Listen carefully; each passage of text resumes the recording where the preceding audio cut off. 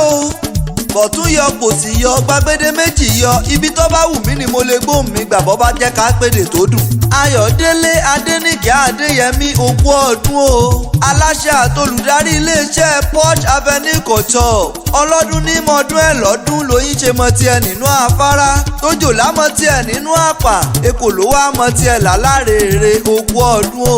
ogún ọdún o sì tún kú ìyèdùn àṣèyí sàmọ́dún ọdún ayọ̀ lọ́mọ báwọn ṣe ìwọ ò ní sọdún ìbànújẹ́ yára sàmì ẹ̀ olólùfẹ́ rẹ ọkọ rẹ Abiola Ogunshola ló pè mí pé gbogbo ọjọ́ kẹtàlélógún nínú oṣù kẹjọ làyájọ́ àjọ̀dún oríkádùn rẹ tọdún èyí tún pé mọ́ dúpẹ́ lọ́wọ́ bàbá òkè mọ́dà olúwa ṣàánú mi ẹni ọlá ikú òní kánjú pa ọ́ mọ́dà kórèdé ọlá túbọ̀ sún òní relẹ̀ ó sì mọ́ ga ni aláṣẹ àtolùdarí iléeṣẹ́ porscheavenuecouture tí ń bẹ ní nọ́mbà 5 Oríọlá street Kétu nílùú Èkó tàbí kó kàn sí wọn lórí ayélujára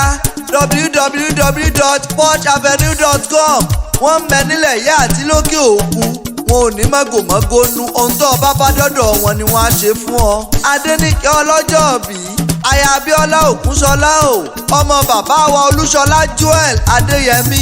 ìjọ kan náà kúkú ni wọ́n bí yín ṣùgbọ́n bàbá ṣe bẹ́ẹ̀ bàbá ti wọ́ kàálẹ̀ lọ olúwa ọbọ̀ dákun kọ́dẹ̀lẹ̀ fẹ́ ní retọ́ lọ iwájú tí bàbá dojúkọ á dára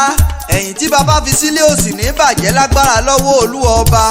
Adéníkẹ́ wá gbọ́ bí wọ́n ti koríkì àwọn bàbá tó bí ọlọ́mọ gangan Ìyẹ̀rú Ọ̀yàn ni ọ́ o Ìyẹ̀rú Ọ̀yàn tó fìràn tó jàre jàre ọ̀rọ̀ kan tì lọ́yàn lé ọmọ èrò jẹ́wọ́ títà mọ́ta tán o bí wọ́n bá wí wọn á ní sísan lọ́sàn lóde Ìyẹ̀rú ògbógi tó túná kankan ògbó níyàn àpètàn ọ̀rọ̀ lọ́yẹ̀rú lé ogbó bọ́lẹ̀ ń tòwú àrìnrìn ilé bàbá tó bí ọlọ́mọ ń daṣọ ajúbà lé ọká pẹpẹpẹ laṣọ àwọn tọ̀tàn ẹlẹ́gọ̀dọ̀ laṣọ àwọn ìjẹ̀ṣà èyí tó bá rí lọ́jà ni ọ̀rà wálé kí n rí njó jẹsẹ̀ kúlú olóye wọ́n lu kó sórí ìrè òjò wọ́n lu àgẹ̀rẹ̀ ìwọ pàṣẹdà ìgbà tí wọ́n lu yẹ̀yẹ́ rùbá lọ bá fàṣíjó wọ́n bá ní kí ọmọ jójó olóye ká lọ wọn kì í jó lóye dùn ọ́ wọn kì í jó lóye dùn rán bàbá tó bí ọlọ́mọ ìwọ lọmọ ọlọ́yàn ọmọ ẹgbẹ̀rún àgbé ọlọ́yàn ọmọ ẹgbẹ̀rún àlùkò ẹ̀yin ọmọ pé àtàgbé àlùkò níbẹ̀ nígbèrí òkun níbi tómi ti ń sun yaba lẹ́nu ọlọ́yàn ọmọ wọn sowó yé ọmọ asọ̀sán gorí eegun ọmọ akútán forí eegun sọ́nà ọmọ akútán forí eegun sẹ́yẹ àjòjì kì í bá yín dédìí eegun